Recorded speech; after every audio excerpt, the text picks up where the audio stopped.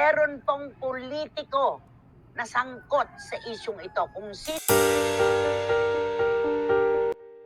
Isa sa mga naging dahilan ng pakikipaghiwalay ni Bea Alonzo kay Dominic, nabulgar na, malalim at mahirap na usapin dahil may isang politikong involved. Narito ang detalye.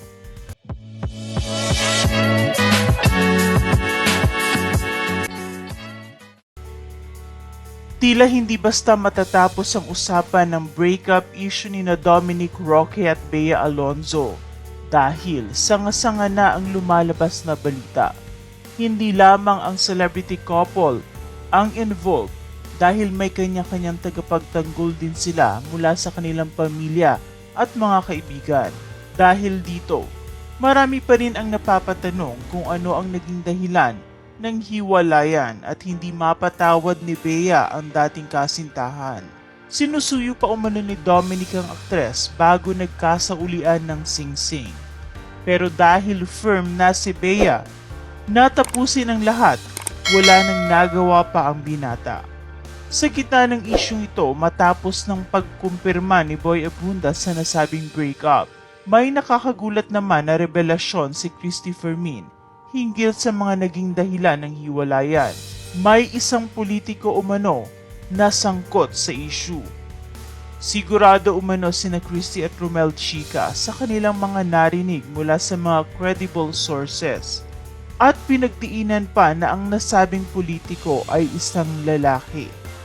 Ayon kay Christy, meron pong politikong involved dito sa isyung ito. Kami na po ang nagsasabi. Madiin naming sinasabi ni Romel, meron pong politiko na sangkot sa isyung ito. Kung sino yung politiko, kayo na po ang bahalang humusga kung sino talaga. Pag sinabi nating politiko, lalaki po ang politiko dahil pwede namang sabihing babaeng politiko. Pero pag ginamit mo sa pagpapakilala yung politiko na kontrobersyal, lalaki yun. Sa sinabing ito ni Christy, hindi naman malinaw kung ang politikong ito ay involved kay Bea o kay Dominic. Pero ang sigurado, si Bea ang siyang nakipaghiwalay. Siya ang nagsauli ng singsing. At bago yun, sinuyo pa umano siya ni Dominic. Bukod rito, may nakarating din umano sa aktres na hindi magandang komento mula sa dating kasintahan na ikinadisappoint ng kanyang pamilya.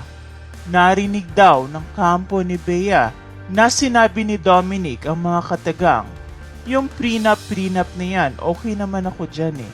Wala namang problema sa akin yung prenuptial agreement na yan. Bakit? Kailangan ko ba yung pera nila?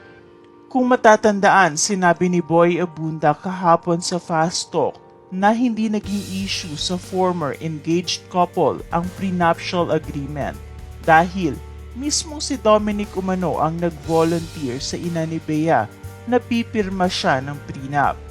Tila taliwas naman ito sa mga ibinulgar ni Christy ngayong araw dahil ang lumalabas mukhang naging bahagi din ang prenup sa hindi nila pagkakaunawaan base na lang sa kung paano ito tinanggap ni Dominic.